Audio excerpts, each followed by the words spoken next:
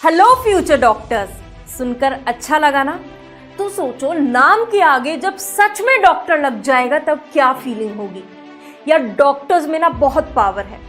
Doctor एक noble profession है। Society में डॉक्टर्स को बहुत रिस्पेक्ट मिलती है। और यार, मिले भी क्यों ना, दूसरे भगवान है हमारे डॉक्टर्स। सल्यूट है। अब आप 10th का एग्जाम क्लियर कर चुके हो और ड्रीम है नाम के आगे डॉक्टर लगाने का, डॉक्टर बनने का, तो ये वीडियो आपके लिए है। हेलो एवरीवन, मैं आपकी अपनी युक्ता अग्रवाल और इस वीडियो में मैं बात करने वाली हूं आपके ड्रीम मेडिकल कॉलेज की सीट पक्की करने के लिए, वो है एम्स। अब आप सोच रहे होंगे कि यार, मैंने एम्स ही क्यों बोला, तो आओ आपको पावर बताती हूं एम्स की। छोटी सी स्टोरी है, शेयर करती हूं।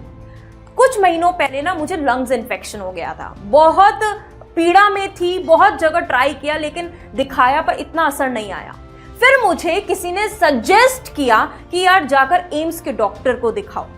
वहां पर मैं गई और आप मानोगे नहीं, 5 दिन में मुझे उन्होंने 70 to 80% ठीक कर दिया था। जहां मैं उम्मीद खो चुकी थी कि यार मैं क्या अपनी नॉर्मल लाइफ जी भी पाऊंगी, क्या मैं ठीक हो भी पाऊंगी, तब रियलाइज हुआ पावर ऑफ डॉक्टर्स और पावर ऑफ एम्स।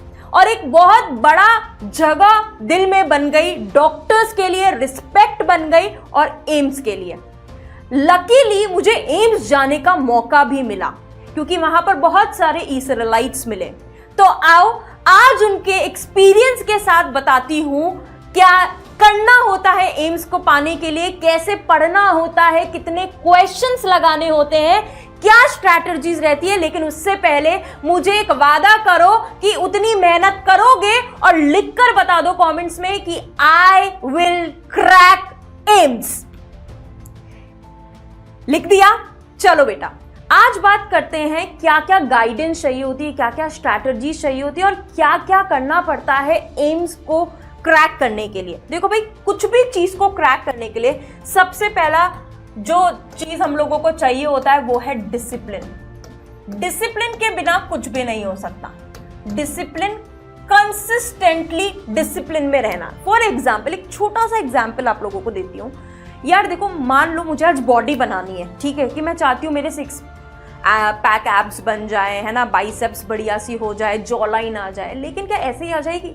क्या एक दिन की फिजिकल एक्सरसाइज से, क्या एक दिन की डाइटिंग से ही हो जाएगा? नहीं, ये काम मुझे 365 दिन करना पड़ेगा, डिसिप्लिन के साथ करना पड़ेगा।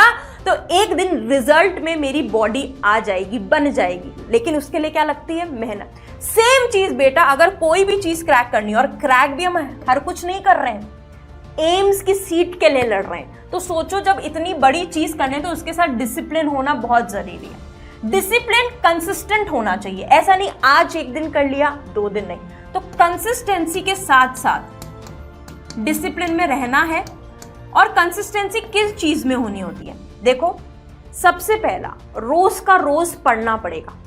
आज अभी से एक बात ठान लो कि यार रोज का रोज पढ़ूंगा। देखो, नीट एग्जामिनेशन टफ नहीं होता, मैं तुम्हें फिर बता रही हूं। आज मैं पूरी खुलकर बात करूंगी इसके बारे में, ठीक है।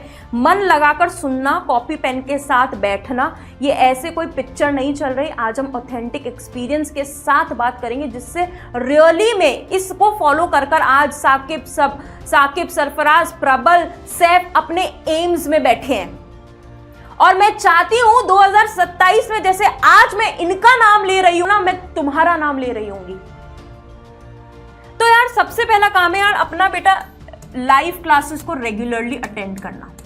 ये सबसे बड़ा रोल है बेटा, लाइव क्लासेस का सबसे बड़ा रोल है, लेकिन रोज का रोज अटेंड करना। आज मैं इसके बारे में ये भी बात करूंगी कि आपको कैसे सब्जेक्ट वाइज स्ट्रैटेजी बनानी है, कितने क्वेश्चन पर चैप्टर लगाने हैं, ठीक है, कैसे प्रैक्टिस करनी है, कैसे रिवीजन करना है, इन सब के बारे में बात करूंगी। तो सबसे पहला काम है बेटा कंसिस्टेंटली लाइव क्लासेस करना और फिर उसके बाद उसी लाइव क्लासेस की सेल्फ स्टडी करना। जो को सिलेक्शन सिर्फ एक चीज के बेसिस पर नहीं होता, तीन चीजों पर हमारा सिलेक्शन बेस्ड होता है रोज का रोज लाइव क्लासेस में। मैं बता दूं, इस जर्नी में जितनी मेहनत तुम्हारी लगती है ना, उससे कई ज्यादा मेहनत और डिपेंडेंसी आपको आपके ऊपर जो होती है वो टीचर्स की एंड मेंटर्स की होती है। तो सबसे इंपॉर्टेंट जो आपके टीचर्स आपको लाइव क्लास में पढ़ा रहे हैं ना, वो बिल्कुल आप मिस नहीं कर सकते, बिल्कुल अफोर्ड नहीं कर सकते मिस करना। साथ ही साथ सेल्फ स्टडी करना, ठीक है, जो पढ़ाया रोज का रोज पढ़ना, प्लस जो आपके टीचर्स ने होमवर्क दिया, चाहे वो क्वेश्चन प्रैक्टिस होती है, एनसीईआरटी रीडिंग होती है, वो डिपेंड करता है, प्रैक्टिस करना और उसी को रिवाइज करना, बेसिकली उसी को रिवाइज करना, ठीक है। तो यार ये चीजें कंसिस्टेंटली कर लो, ये तो आप सबको पता है। लेकिन अब क्वेश्चन ये आता है मन में कि यार कितने क्वेश्चन करने होते हैं, फिजिक्स केमिस्ट्री बायो में टोटल कितने चैप्टर्स होते हैं। तो चलो मैं बताती हूँ आपको सब्जेक्ट वाइज स्ट्रैटेजी। देखिए भाई, आपके 3 चीजें होंगी, फिजिक्स, केमिस्ट्री एंड बायोलॉजी, ठीक है। केमिस्ट्री के 3 पार्ट्स बन जाते हैं बेटा। एक तो होता है फिजिकल केमिस्ट्री, एक होता है इनऑर्गेनिक केमिस्ट्री, ठीक है, और एक होता है ऑर्गेनिक केमिस्ट्री, ठीक है। अभी तक तो हमें पता है यार सिर्फ बायोलॉजी की 10th तक हमने एक ही बुक पढ़ी है, राइट।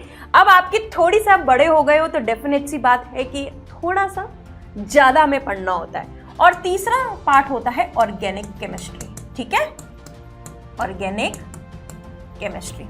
बायोलॉजी में सबको पता है 2 पार्ट हो जाते हैं। अब एक हो जाता है बॉटनी, ठीक है, एक हो जाता है जूलॉजी, ठीक है, जूलॉजी। तो कुछ इस 3 सब्जेक्ट्स होते हैं, केमिस्ट्री के 3 पार्ट्स हो जाते हैं और बायोलॉजी के 2 पार्ट हो जाते हैं। फिजिक्स केमिस्ट्री बायोलॉजी को मिलाकर बेटा आपको 79 चैप्टर्स पढ़ने होते हैं, ठीक है।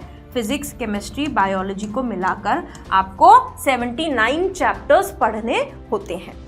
सबसे इंपॉर्टेंट बात है कि मैम पर चैप्टर कितने क्वेश्चन लगाने चाहिए और कौन सी बुक रेफर करनी चाहिए। आई थिंक ये 2 क्वेश्चन आज हर एक नीट एस्पिरेंट के मन में है जो तैयारी शुरू कर चुका है। तो चलिए बेटा, अगर मैं पर चैप्टर की बात करूं तो आपको पर चैप्टर कुछ एवरेज 200 क्वेश्चंस, एवरेज की बात कर रही हूं बेटा, 200 एवरेज क्वेश्चंस लगाने होते हैं, ठीक है। मान के चलिए 200 एवरेज क्वेश्चंस लगाने ही है पर चैप्टर, ठीक है। उसके बाद बेटा आप बहुत सारे टेस्ट भी दोगे, जैसे है ना, आपका इनिशियली 21 दिन में टेस्ट होगा कि भाई जो पढ़ा उसको रिव्यू करे कि कितना समझ में आया, क्या प्रैक्टिस हुई। तुम्हें एक और चीज़ मैं बता देती हूँ यार, तुमने बहुत बड़ा डिसीजन लिया है तो मैं तुम्हें ऐसा नहीं कि मैं ईजी बता दूँ, एक चीज़ मैं तुम्हें खुलकर बताना चाहूँगी बेटा, हम लोग आइंस्टीन के खानदान से नहीं है, ठीक है। तो क्या होता है ना बेटा, हम कोई भी चीज़ लंबे समय तक ना छुएं, रिवाइज ना करें तो हमें ना याद नहीं होता है। तो उसके लिए सबसे बेटर चीज़ होती है टेस्ट। टेस्ट में हमारी मजबूरी बन जाती है कि यार जो हमने थोड़े दिन पहले पढ़ा उसको हम रिवाइज करें, 100% प्रिपरेशन करें ताकि हमारा टेस्ट अच्छा जाए। तो याद रखना, लाइव क्लासेस के साथ साथ, सेल्फ स्टडी के साथ साथ, रिविजन के साथ साथ, सबसे उससे भी इंपॉर्टेंट रोल आता है एक स्टेप के बाद, दैट इज टेस्ट। टेस्ट अगर दोगे, मैं आज बात कर रही हूँ ना तो गर्व से बोल रही हूँ ना, ईसरला, सैफ, सबल, प्रबल, सरफराज, साकिब जो आज एम्स में बैठे, इनसे तुम्हारे को मिलवाऊंगी, बात करवाऊंगी, तब तुम्हें पता लगेगा यार टेस्ट की क्या इंपॉर्टेंस है, कैसे 700 पार्ट जाया जाता है, उसमें एक बहुत बड़ा रोल है टेस्ट का। कमिंग बैक टू पॉइंट कि यार पर चैप्टर आपको 200 क्वेश्चन पढ़ने पड़ेंगे। बुक कौन सी रेफर करनी है, एक सबसे मन में बहुत बड़ा क्वेश्चन आ गया, विच बुक टू रेफर, ठीक है। एक शब्द आपने सुना होगा NCERT, बेटा ये ग्रंथ है, ग्रंथ। अगर तुम 700 प्लस मार्क्स लाना चाहते हो, अपने ड्रीम मेडिकल कॉलेज में अपनी एक सीट पक्की करना चाहते हो, ठीक है, टॉप डॉक्टर बनना चाहते हो इंडिया के, तो यार इस बुक को ब्लाइंडली फॉलो कर लेना।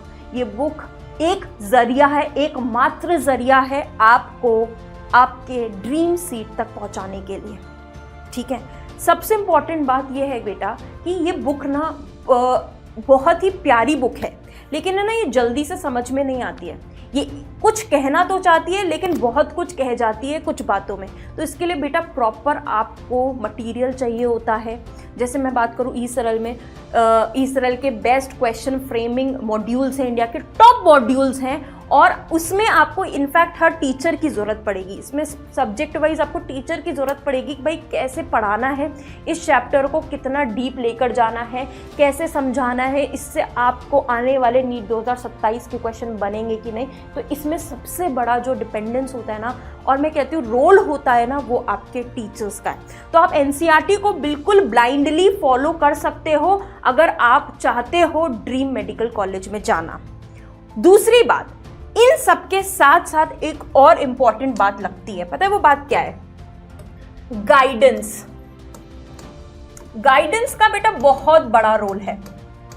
क्या होता है ना बेटा, इनिशियली आप सबने भी ये फील किया होगा कि यार हम पहले दिन ऑफ क्लास, पहले दिन ऑफ स्कूल जाते, नया बैग खरीद के लाते हैं, नया लंच बॉटल खरीद के लाते हैं, नया बॉक्स खरीद के लाते हैं, और बड़े हाई जोश एनर्जी में रहते हैं। जैसे कि मैंने बताया डिसिप्लिन लाइफ जीते हैं। लेकिन क्या होता है सडन टाइम, एक ह्यूमन साइकोलॉजी है, हम ना अपने ट्रैक से उतर जाते हैं, है ना। हम ना प्रोक्रेस्टिनेट करने लग जाते हैं कि यार कल कर लेंगे, है ना, कल कर लेंगे, परसों कर लेंगे, और वो कल कब 6 महीने हो जाते हैं बेटा पता ही नहीं लगता। तो यहाँ पर बेटा सर पर हाथ रखना ना बहुत जरूरी है कि भाई तूने कल छुट्टी क्यों करी, उसका रीजन मुझको बता। कल तूने पढ़ाई क्यों नहीं करी, उसका रीजन मुझे बता। तो एक मेंटर का होना बहुत जरूरी है। जैसे अगर मैं बात करूँ ई सरल में, बेटा हर बच्चे के पीछे चाहे ऑफलाइन पढ़ रहा हो चाहे ऑनलाइन पढ़ रहा हो, मेंटर लगा दिया जाता है कि यार मुझे बता आज तूने कम पढ़ाई क्यों करी, ठीक है, आज तू बता तेरे को क्या प्रॉब्लम आई। हर प्रॉब्लम में, चाहे एकेडमिक हो चाहे नॉन एकेडमिक हो, एक मेंटरशिप का बहुत बड़ा रोल होता है। तो यार सिलेक्शन में मुझे ऐसा लगता है कि इसका ये तो चेरी ऑन टॉप है, जिसको ये मिल जाती है ना उसके लिए चीज़ें काफ़ी आसान हो जाती है। तो गाइडेंस का बहुत बड़ा रोल है।